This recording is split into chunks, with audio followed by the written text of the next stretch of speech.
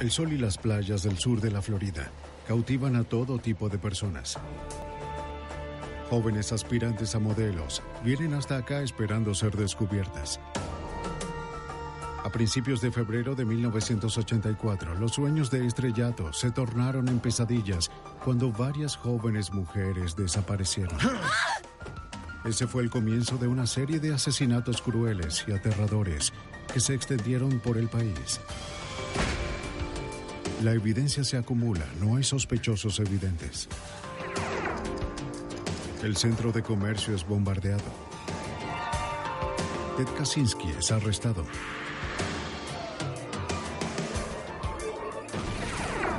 Fugitivo a un prófugo.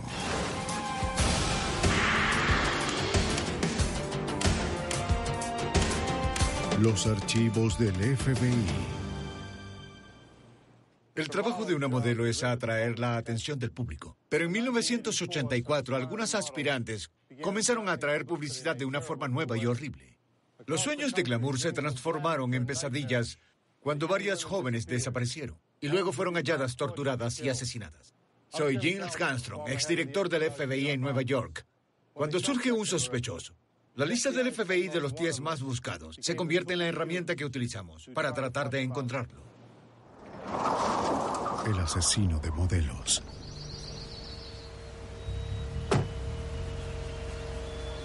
La prometedora vida de Beth Kenyon llegó a un final violento el 5 de marzo de 1984.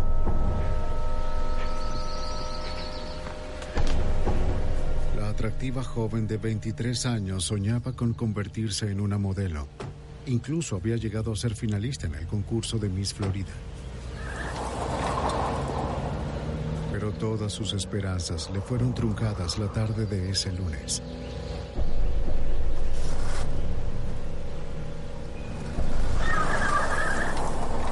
Al día siguiente, los padres de Beth reportaron la desaparición a la policía de Miami.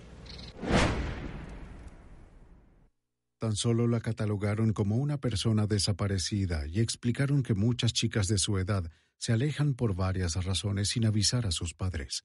Siéntense, por favor.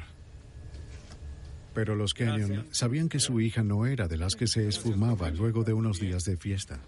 Entonces contrataron al detective privado Ken Whitaker y a su hijo Ken Jr. para que investigaran. Los Kenyon le dijeron a los Whitaker que Beth trabajaba como maestra de niños con trastornos emocionales. Era una joven responsable y mantenía una relación estrecha con su familia. Sí, esto es muy extraño. Esto es... Temiendo que algo le hubiese sucedido a Beth, los Kenyon habían ido al apartamento de su hija en el condado de North Dade en busca de cualquier cosa que los ayudara a encontrarla. Pero solo encontraron una libreta de direcciones y un álbum de fotografías. Alguien con quien ella salía.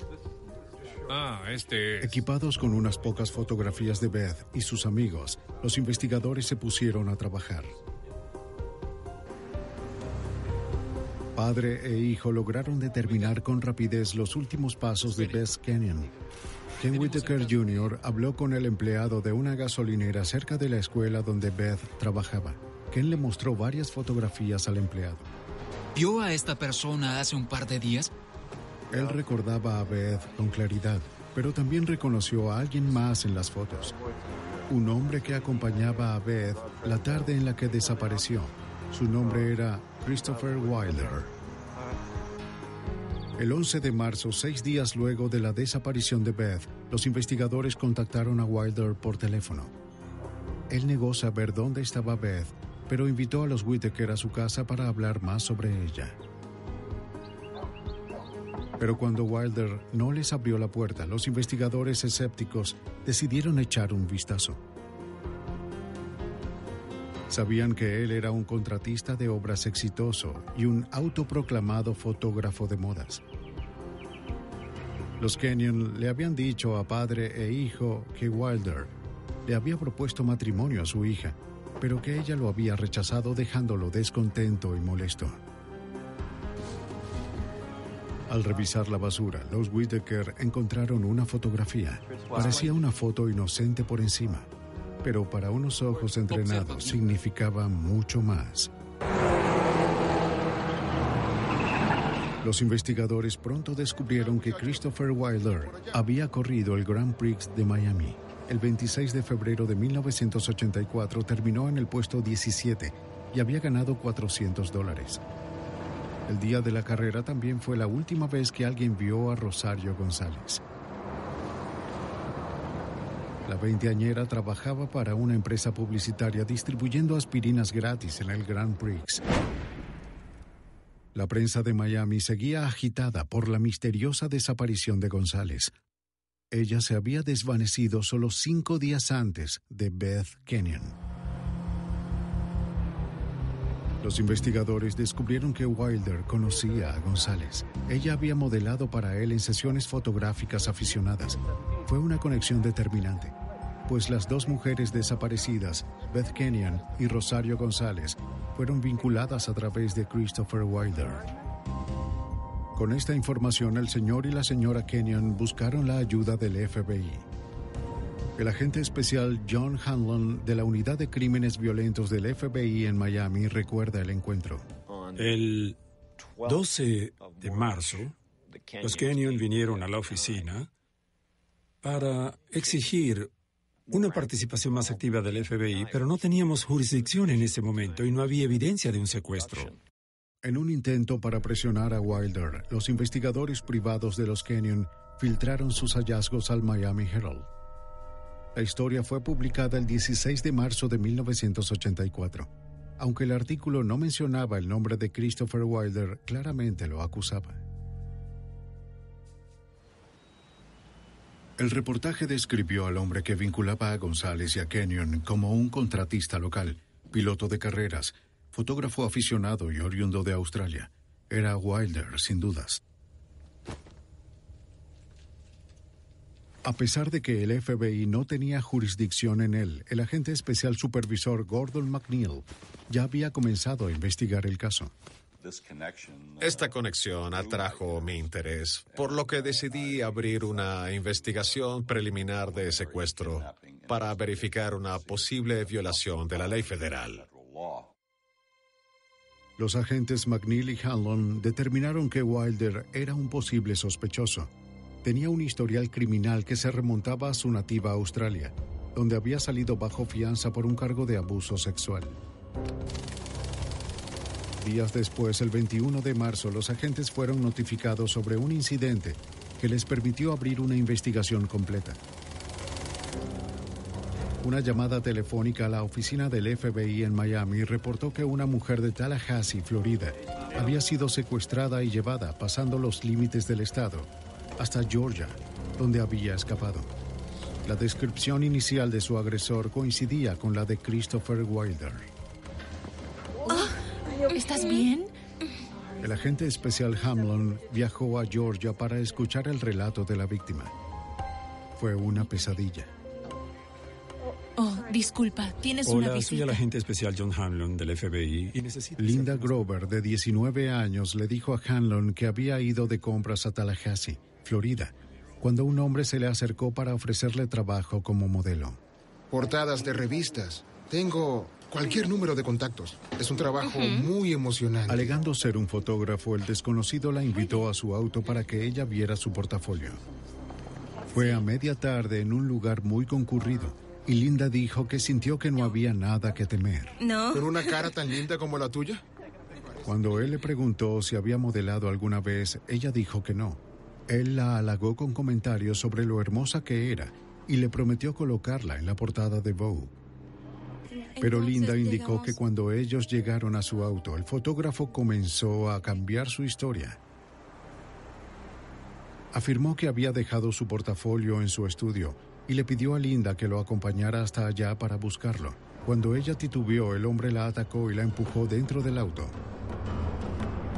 La golpeó detrás de su cabeza y todo se oscureció por completo. Él me golpeó. Cuando ella recobró la conciencia, estaba recorriendo un camino rural. Cuando su secuestrador vio que volvía en sí, detuvo el auto en un lugar apartado.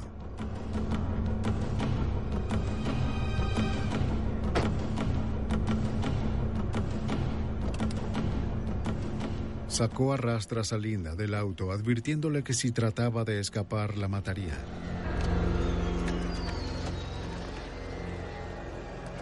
Aprisionó su cuello con sus manos y la estranguló hasta que perdió el sentido.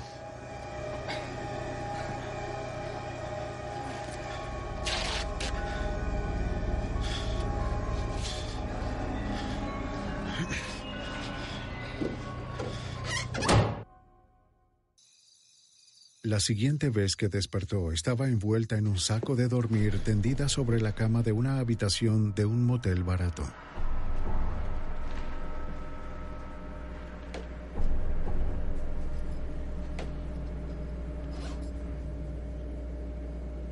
Una vez más la amenazó con asesinarla si trataba de escapar. No te muevas. La ató a la cama y cerró sus ojos con un pegamento muy fuerte. En las siguientes horas, el secuestrador violó, golpeó y torturó varias veces a Linda Grover. Cuando desobedecía sus órdenes, la aturdía con un cable que había convertido en un artefacto para electrocutar. El abuso fue tan intenso que Linda comprendió que estaría muerta antes de que alguien la encontrara. ¿Crees que podrías reconocer el auto? Logró soltarse. Oye. Y se encerró en el baño. ¡Ayúdeme! ¡Auxilio! Golpeó las paredes y gritó para pedir ayuda. ¡Por favor, ayúdeme! ¡Detente! ¡Auxilio! ¡Detente! ¡Auxilio! ¡Detente! ¡Auxilio! ¡Hey! ¡Alguien que me ayude! ¡Detente ahora! ¡Quiero salir! ¡Detente! ¡Detente! ¡Ayúdeme, por favor! ¡Te lo advierto! El violador entró en pánico, tomó lo que pudo y huyó.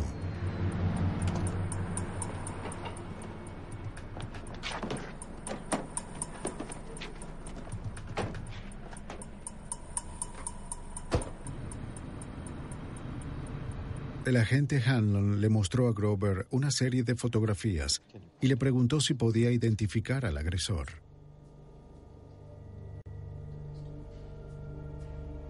No tuve la menor duda al respecto.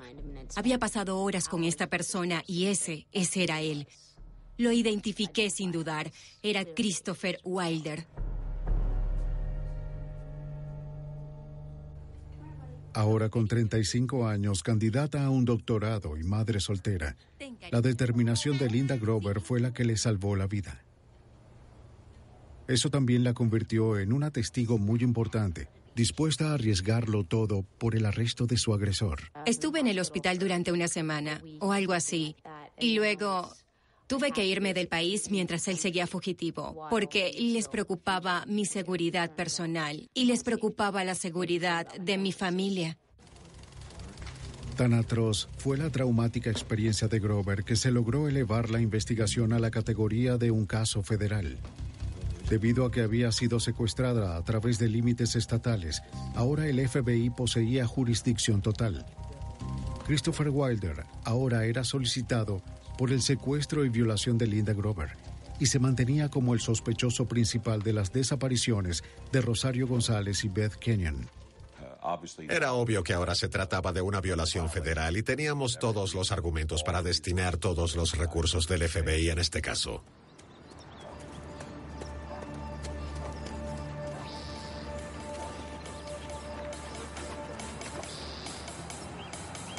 Sin saber exactamente dónde encontrar a Wilder, un equipo de agentes irrumpió en su casa de forma contundente. ¡FBI! ¡FBI! Derribando su puerta, ingresaron preparados para arrestar al sospechoso. Despejado. ¡Despejado! ¡Despejado! ¡Despejado! Pero encontraron una casa vacía. ¡Despejado! Todos despejados. Wilder la había abandonado desde hacía tiempo. Había huido con días de ventaja sobre los agentes federales, y cada minuto que seguía libre ponía en riesgo a alguna otra mujer. Una cacería desesperada había comenzado. Marzo 1984.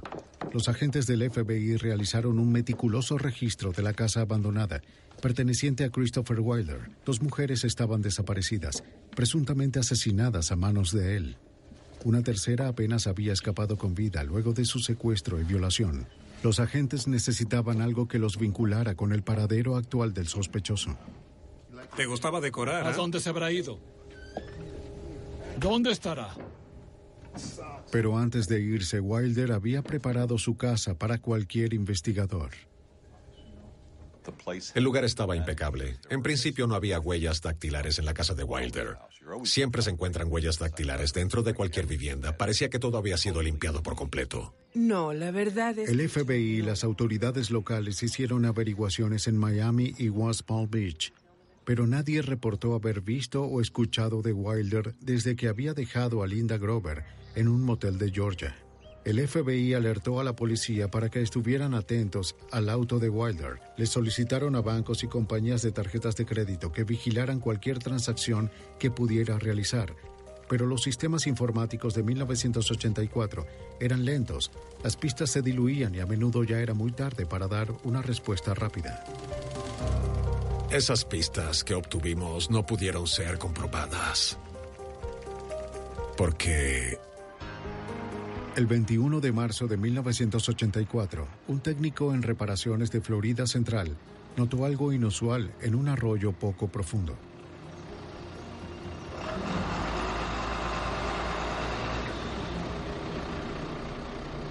Era el cuerpo apenas reconocible de una mujer joven.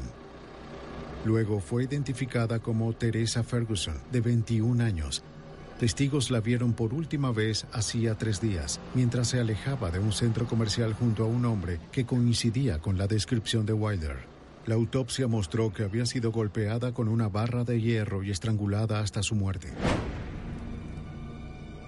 El perfil de la víctima y la brutalidad del crimen apuntaban a Wilder.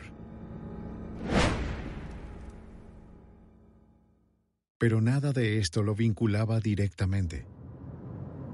Si se trataba del contratista australiano, los agentes del FBI sabían que había un asesino en serie suelto. Uno que debía ser detenido antes de que asesinara de nuevo.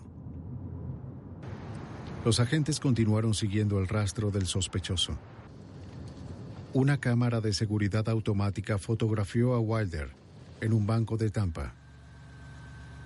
Los registros bancarios mostraron que había retirado de sus cuentas más de $19,000. Era una muy mala señal. Ahora su presa tenía el dinero para viajar a donde quisiera.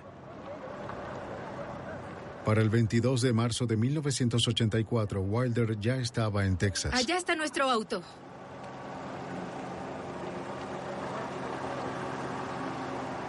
Testigos lo vieron acercarse a Terry Walden, de 23 años, en el estacionamiento de la Universidad Lamar, en Beaumont, Texas. Walden era una esposa, madre de 2 niños y estudiante de enfermería. Soy fotógrafo. Lo observé mientras venía. Wilder le preguntó si quería modelar. Si quiere ganar dinero extra, debería... Pero Wilder no pudo seducir a Walden con su palabrería. Ella lo rechazó de forma amable.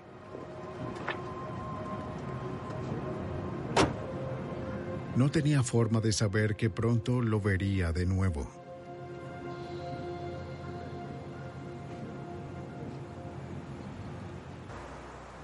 Mientras el FBI comenzaba su cacería a nivel nacional, testigos indicaron a los investigadores que Wilder se había quedado en Beaumont, Texas, un día más. Esta vez había regresado a territorio conocido para acechar a su próxima víctima. Ellos tienen esta a 7,99. Visitó el centro comercial local buscando a alguna joven para engañarla con sus sueños glamorosos. ¿Una película o tomarse fotografía de modas? No, gracias. No, escuche, suéltame mi tarjeta. ¿Ves todo? Pero nadie sucumbió ante sus falsas promesas. Está bien. Está bien. Luego de haber sido rechazado varias veces, vio un rostro familiar. Era Terry Walden. Había ido a hacer algunas compras luego de dejar a su hija de 4 años en la guardería. ¿Podrías tomar mi tarjeta y considerarlo? De nuevo Terry rechazó a Wilder. No. Estoy seguro de que podrías... No, gracias. De acuerdo. Pero esta vez, él no aceptaría un no como respuesta. Mientras abandonaba el centro comercial, Wilder la siguió a su auto. A plena luz del día, en medio de un estacionamiento muy concurrido, Wilder atacó a Walden, la golpeó dejándola inconsciente y la introdujo en su Mercury Cougar.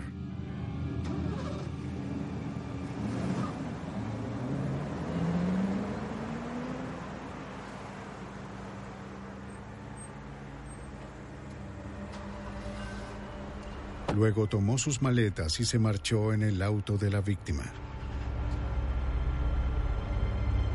Esa tarde, el esposo de Walden reportó su desaparición, luego de que no pasó a buscar a su hija en la guardería, pero para ese momento ya era muy tarde.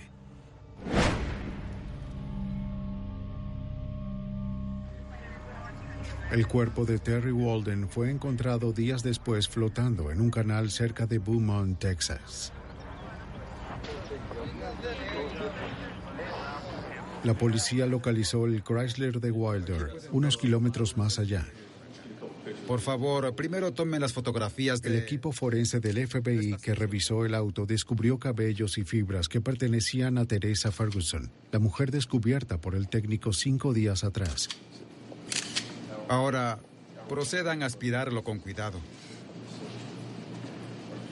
Esto confirmó las sospechas de los agentes. Teresa Ferguson había sido la 4ª víctima conocida de Wilder. Todo esto es lo encontrado en el piso del...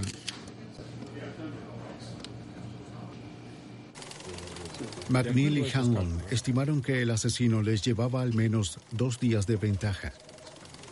Desde la oficina de Miami ordenaron publicar boletines a nivel nacional solicitando el auto robado a Terry Walden.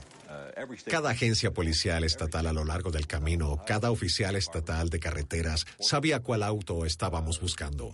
Pero por desgracia, a veces resulta increíble, pues decimos, bien, está conduciendo un auto morado, pero ¿cuántos autos morados hay allá afuera? Es increíble cuántos autos morados aparecen cuando buscas autos morados. Ese fue el problema. En el momento nunca supimos qué placa estaba usando ese vehículo particular. Los teletipos del FBI no paraban de trabajar. Cada oficina en el país recibió varias páginas describiendo la apariencia física de Wilder, los perfiles de sus víctimas, dónde había sido visto por última vez y a dónde se creía que se dirigía. La tecnología de 1984, sin embargo, no era suficiente para seguirle el paso.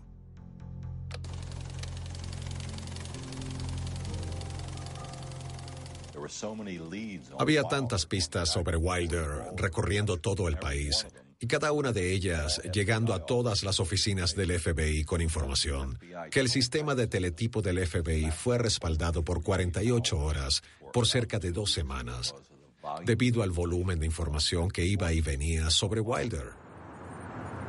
Esto dejó a la agencia una sola forma de rastrear a Wilder. Tendrían que seguir el macabro rastro de cadáveres que desechaba mientras huía.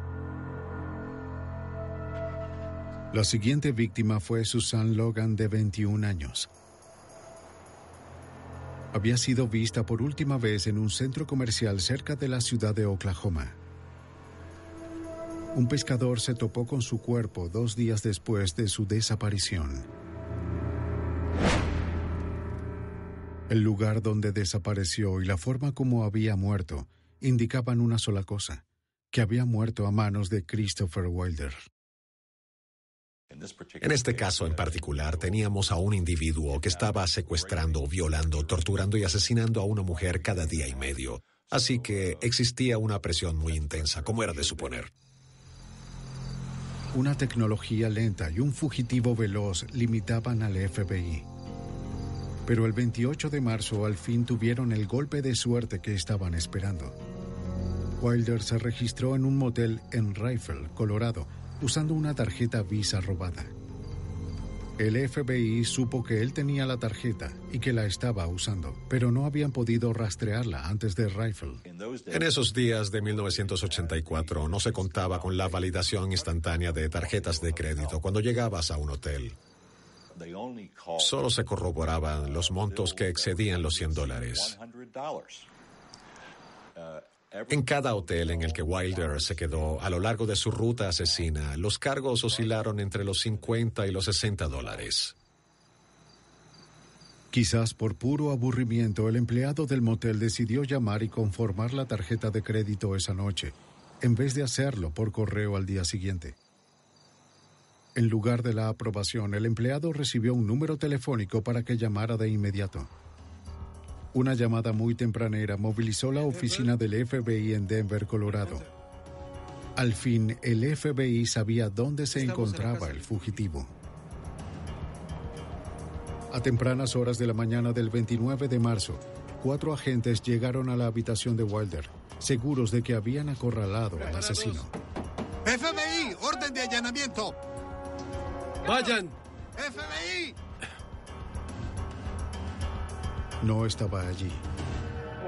Con la misma rapidez con la que había respondido el FBI, Wilder los había evadido. Por alguna razón desconocida, el fugitivo había partido antes del amanecer. Era la mejor pista que la agencia había tenido y habían fallado. Una vez más, las frustradas fuerzas especiales no sabían dónde se encontraba el depredador. Temían que estuviera en uno de los muchos centros comerciales que había en un día en auto desde Rifle, Colorado. 29 de marzo de 1984. En solo 3 semanas, el contratista australiano Christopher Wilder había secuestrado a 4 mujeres y asesinado a 3 de ellas. Los agentes del FBI notaron un patrón en su campaña de violencia. El asesino se mantenía en dirección al oeste y había reducido sus cotos de caza a centros comerciales.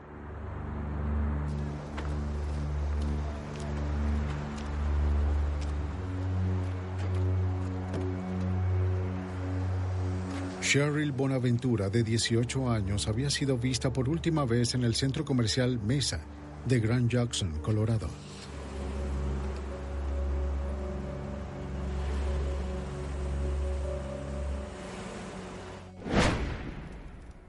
Más tarde, el FBI vincularía a Wilder con su muerte.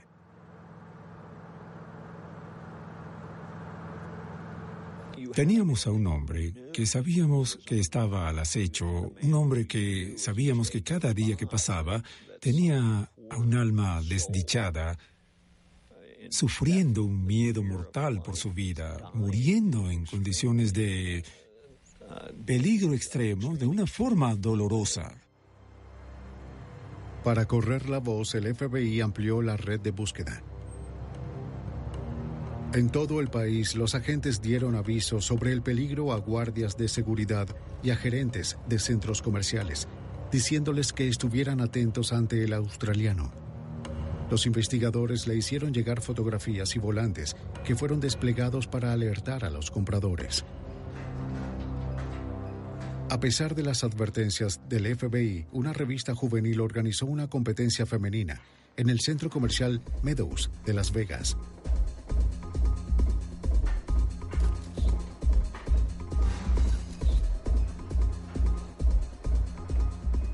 Wilder se presentó, armado con su cámara.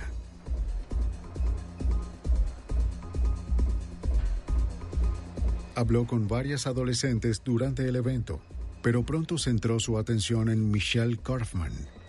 La joven de 17 años había conducido más de 40 kilómetros desde su hogar en Boulder City, en Nevada. Nerviosa por participar en su primer casting de modelaje, les había pedido a su familia y amigos que le permitieran ir sola. Luego de una conversación con Wilder, Kaufman se cambió de ropa y dejó el centro comercial en su compañía. Era un 1 de abril.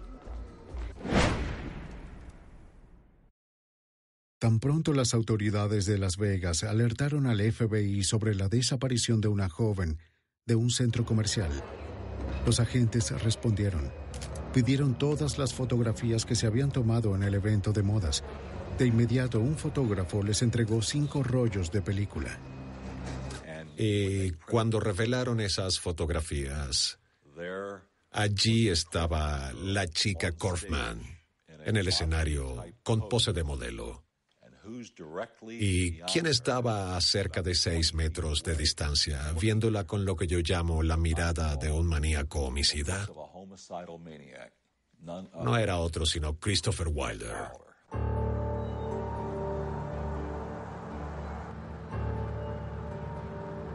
Tal como las demás, la joven Michelle Kaufman sufrió a manos de Wilder. La inmovilizó y amordazó con cinta adhesiva. Luego la golpeó, violó y torturó. Y podían verse incisiones en su cuerpo. Podían ser de tan solo 2 a 3 centímetros de largo. Y no eran profundas. Estaban hechas solo para que sangraran lo suficiente. Solo las hicieron para torturar, no matar, hasta que al final asesinaba a las víctimas. Era un sádico sexual despiadado. El 5 de abril, 4 días luego de la desaparición de Michelle Kaufman, el FBI ofreció una conferencia de prensa. Anunciaron la inclusión de Christopher Wilder en su conocida lista de los 10 fugitivos más buscados. Vaya, increíble, fue incluido. Pero fue bueno que lo incluyeran. Por más de 50 años, la lista ha ayudado a generar la publicidad necesaria para capturar a fugitivos violentos. Hola, Beth. El agente especial Tom Brecky trabaja como vocero nacional para el FBI. Se habían cumplido los criterios para incluir a Wilder en la lista. Representaba una amenaza para la sociedad. Era en extremo peligroso. Un individuo violento cuyos delitos eran escandalosos y había escapado del área donde pensábamos que él podía estar. Por lo que era muy importante para nosotros transmitir el mensaje al público estadounidense y a los medios de comunicación de que él podía estar en cualquier parte de los Estados Unidos.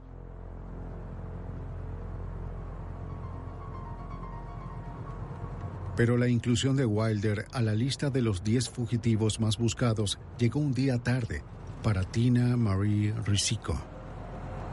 En Lomita, California, el día previo a la conferencia de prensa, la joven de 16 años fue al centro comercial y de modas Del Amo para solicitar un trabajo de verano. La estudiante de secundaria quería ahorrar para comprar un auto. Conoció a Christopher Wilder cuando le dijo que era perfecta para una sesión fotográfica que tenía. Perfecta, que puedo darte $100 aquí mismo, si quieres. Le dio $100 en efectivo y le prometió que habría mucho más. Sí, eres la correcta. Sé que lo eres. Sí. ¿Tienes algunos minutos para comenzar? ¿Qué edad tienes? 16. ¿16? Y es que cuando te vi me dije, esta es la chica.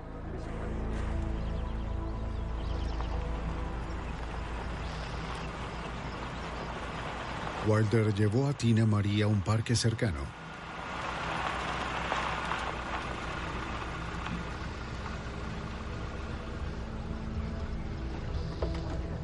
Al principio todo avanzó como si se tratase de una sesión legítima. Me encanta esta locación. Dijo que la locación tenía la luz perfecta para la cámara. Creo que puede ser aquí. Es tan encantador. Cuando comenzó la sesión, una entusiasta Tina Marie se esforzó por complacer a su fotógrafo. Eso es. Cuando Wilder le dijo que sonriera, ella lo hizo. Cuando le pidió que ladeara su cabeza, también lo hizo. Y luego todo se arruinó. Ahora, entra al auto. ¿Está bien? Él apuntó a su cabeza una Magnum 357 y le dijo que se subiera al auto. ¡Rápido, rápido! La aterrorizada joven no tuvo otra opción sino obedecer.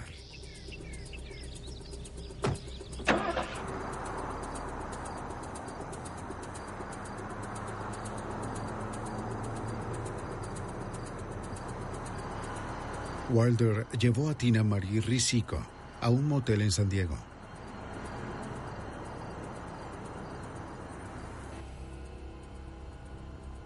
Allí, como a las otras, golpeó a su joven víctima, la ató a la cama y la violó varias veces. Wilder le cortó con su cuchillo y la electrocutó usando cables que ató a diferentes partes de su cuerpo. El nivel de crueldad dejó perplejo al agente Hanlon. Entonces te preguntas, ¿por qué alguien quisiera hacerle eso a otra persona? Aterrorizarlas tanto, causarles tanto daño, torturarlas con un cable eléctrico y luego asesinarlas como si fueran un pedazo de basura. Y esas personas saben que serán asesinadas. Es decir, llega un punto donde esa persona se da cuenta y piensa, no voy a sobrevivir a esto. Mi vida se acabó y eran mujeres jóvenes.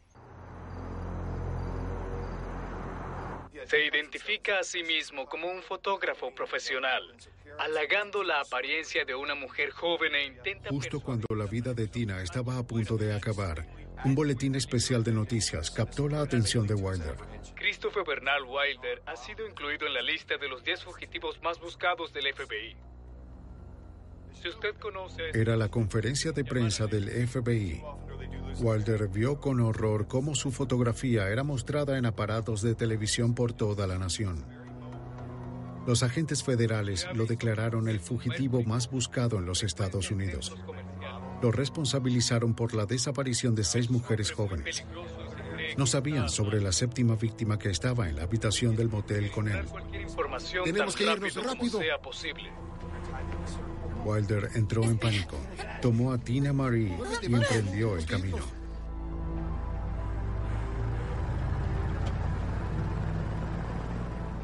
Pero ahora que encabezaba la lista de los 10 fugitivos más buscados, Wilder estaba en la portada de cada periódico y al frente de cada telediario en el país. Era el titular de portada de cada periódico de Estados Unidos. En cada telediario, en cada programa radial hablaban de Christopher Wilder y mostraban su fotografía diciendo su nombre, Christopher Wilder. El FBI esperaba que al divulgar el rostro de Wilder por las pantallas de televisión y los periódicos, alguien en algún lugar lo reconociera. Era la mejor oportunidad que tenían los agentes para detener a Wilder antes de que acabara con otra vida. Los 10 más buscados. En la primavera de 1984, el FBI llevó a cabo la mayor persecución de la historia por el violador y asesino Christopher Wilder. Tenían conocimiento de al menos 6 víctimas. Sospechaban que habría muchas más. Wilder había atravesado la red del FBI en Nevada mientras se dirigía hacia el este. Con él se encontraba una rehén de 16 años, Tina Marie Risico. El 10 de abril de 1984, fuera de un centro comercial en Gary, Indiana, Christopher Wilder le dijo a Risico que la dejaría escapar bajo una condición. Tenía que ayudarlo a atrapar a su próxima víctima. Durante 6 días, la adolescente había sido violada, golpeada y aterrorizada. Estaba dispuesta a hacer cualquier cosa que él le pidiera. Wilder observó que Donette Wild entraba a varias tiendas. Supuso que estaba buscando trabajo en el centro comercial. Risico le dijo a Walnut que Wilder era el gerente de una tienda y quería que llenara una solicitud de empleo en su auto. Cuando llegaron al auto, Wilder sacó su arma y forzó a Donette a subirse en él. Bien, yo creo que... Cariño, vas a venir con nosotros. Vamos, entra al auto. Entra. Da la vuelta. Da la vuelta. Partió con las 2 chicas. Algunos testigos lo vieron irse. Muy bien. A una mujer joven, muy atractiva, como todas las víctimas de Wilder, se le habían llevado, la habían visto irse con un sujeto que pensaron era Christopher Wilder, de un centro comercial en el área de Indianápolis. Y entonces, cuando nos llegó esa información, supimos que... Pues ahora sabíamos que él se dirigía hacia el este. La agencia puso a todos los agentes al este de Mississippi a trabajar en el caso. A pesar de su promesa, Wilder se negó a liberar a Tina Marie. En su lugar, forzó a Risico a observar cómo él torturaba y violaba a Donette. La pesadilla continuó durante 2 días. Despierta, despierta. La mañana del 12 de abril de 1984, Tina Marie escuchó una voz familiar en las noticias. Todas nuestras energías para que Tina regrese a casa, viva, a salvo. Eso es lo que todos esperamos. Con estas palabras... En televisión nacional, la madre de Tina Marie le suplicó al secuestrador que no le hiciera daño a su hija. Señales de que su hija aún sigue viva y... Wilder entró en pánico de nuevo. Tomó a sus rehenes y huyó. ¿Y tú? Vístete. Ahora. Wilder exclamó que era solo una cuestión de tiempo antes de que el FBI lo encontrara. Detuvo el auto en una zona boscosa cerca de Penn Jam, Nueva York. Quédate aquí. Le ordenó a Risico que no se moviera. Donette estaba dopada con pastillas para dormir. Aún así, él la forzó a adentrarse en el bosque. Una vez a solas, Tina Marie ponderó la oportunidad de escapar. Pero el horror de los últimos 9 días la había destrozado mentalmente. Se quedó tranquila. ¿Qué estás haciendo? Sigue caminando. Vamos, vamos. Caminando a través del bosque, Donette Wild se recuperó poco a poco hasta comprender que Wilder iba a asesinarla. Tranquila. No quería morir apuñalada. Le suplicó que en su lugar le disparara. Nos vamos. Ignorando sus súplicas, Wilder la apuñaló 2 veces en el pecho. Y la dejó allí para que muriera.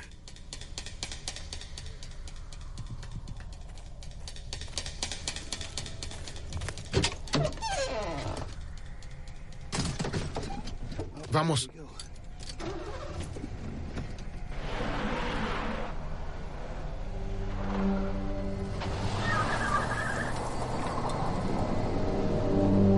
En cuanto comenzó a conducir para marcharse, el temor de que Donette Wild podría seguir viva se apoderó de él.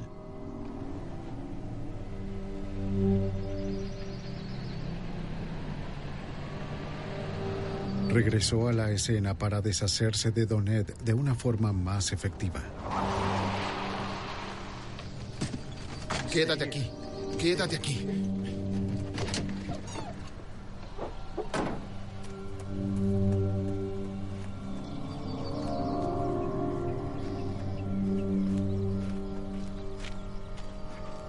Cuando llegó, apenas pudo creer lo que veía. Ella se había ido. Parecía increíble, pero Donette Wild había sobrevivido. Apuñalada 2 veces, sangrando en abundancia, drogada y golpeada, había logrado reunir fuerzas y escapar hacia una vía, donde un conductor la rescató. Vengo a hacerle algunas preguntas. Gracias. Gracias al testimonio de Wild, el FBI sabía que Wilder se dirigía al noreste, conduciendo aún el Mercury Cougar que le había robado a Terry Walden. Siempre en ese auto. Pero, ¿por cuánto tiempo? Mercury Cougar. Luego que regresó y descubrió que Donette ya no estaba allí, desde luego supo que tenía que hacer algo con ese vehículo. Necesitaba uno nuevo. Y se fue al oeste del estado de Nueva York. De nuevo se dirigió al centro comercial más cercano. Esta vez en Victor, Nueva York, donde vio un Pontiac Firebird dorado. Le dijo a Risico que se encargara de conducir el Cougar y lo siguiera donde él fuera. Ahora. Él sometió a Beth Dodge, de 33 años. Apuntándola con un arma, la forzó a sentarse en el asiento de atrás de su Firebird. Una Tina Marie, destrozada a nivel emocional, solo hizo lo que se le ordenó. Wilder condujo una media hora hacia una zona aislada.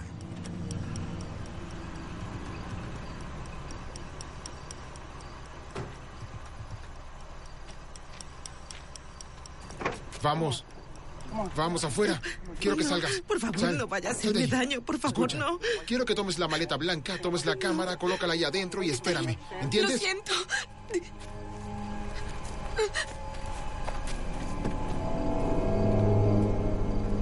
Obligó a Beth Dodge a ir hacia el bosque.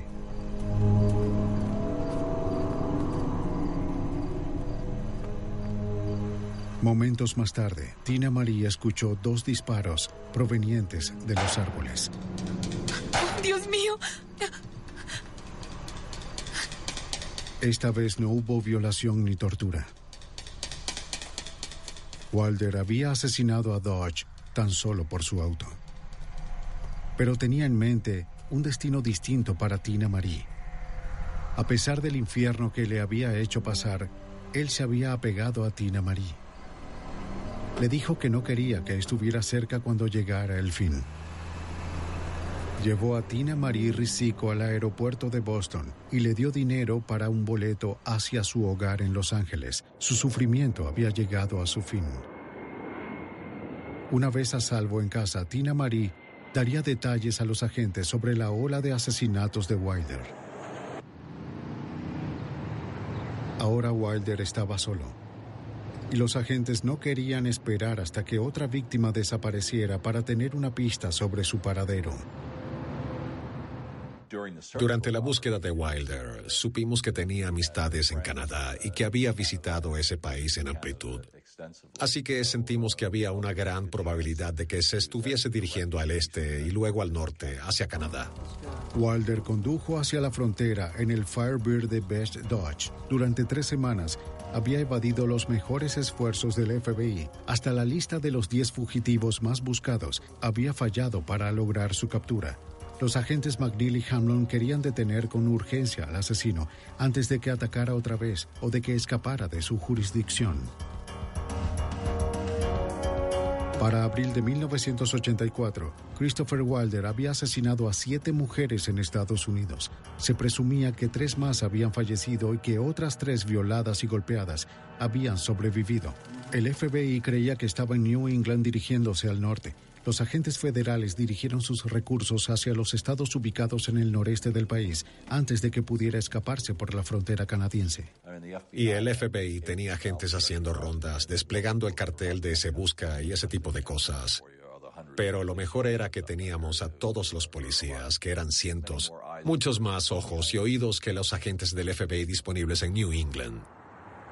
El viernes 13 de abril de 1984, Wilder se detuvo a llenar el tanque de gasolina en el pequeño pueblo de Colebrook, New Hampshire, cerca de 19 kilómetros de la frontera canadiense. Mientras llenaba el tanque, le hizo preguntas a un empleado sobre los trámites que podría necesitar para cruzar la frontera. 2 patrulleros estatales, Wayne Fortier y Leo Jellison, divisaron el auto de Beth Dodge. A ellos, como a casi todos los departamentos de policía en el país, les habían indicado que estuvieran atentos a un Firebird y a un hombre con la descripción de Wilder. Jellison le preguntó a Wilder si podía hablar con él. Oye, amigo, ¿puedo hablar contigo un momento? ¡Policía! ¡Aléjese del auto! Wilder corrió al Firebird y tomó su Magnum 357. Durante el forcejeo, el arma se disparó. El oficial Jellison resultó herido en el pecho. Él viviría. Pero Christopher Wilder no. La bala que hirió al oficial Jellison primero atravesó a Wilder, perforó su corazón, matándolo de forma instantánea. El reinado de terror de Wilder había terminado con una 10ª muerte. La suya.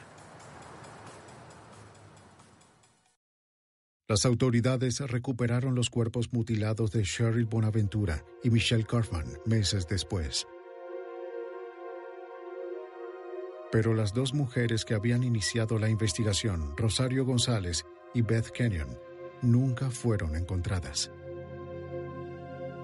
El señor y la señora Kenyon fallecieron sin conocer el paradero de su hija. ¡Ven acá! Otras víctimas y sus allegados han luchado por recuperar sus vidas destrozadas. Ven, ¿te gusta? Linda Grover también aprendió una lección escalofriante. Creo que se debe puntualizar que estas personas no siempre son demonios y que no siempre tienen tatuajes, no siempre tienen cabello largo. Con frecuencia ellos son muy elocuentes y se esconden y pueden pasar sin problemas en la sala de tu casa bebiendo vino o brandy luego de la cena. La cruda verdad es que Christopher Wilder no es el único. Estuvo en la lista de los 10 fugitivos más buscados, pero cada año hay una docena de asesinos como él que nunca alcanzan la atención nacional. Acechan nuestros centros comerciales, nuestras escuelas e iglesias en busca de víctimas. Los sueños de fama y fortuna pueden oscurecerse con rapidez. Solo mediante la conciencia pública, la incansable vigilancia y las capacidades del FBI, esperamos mantener a estos depredadores a raya.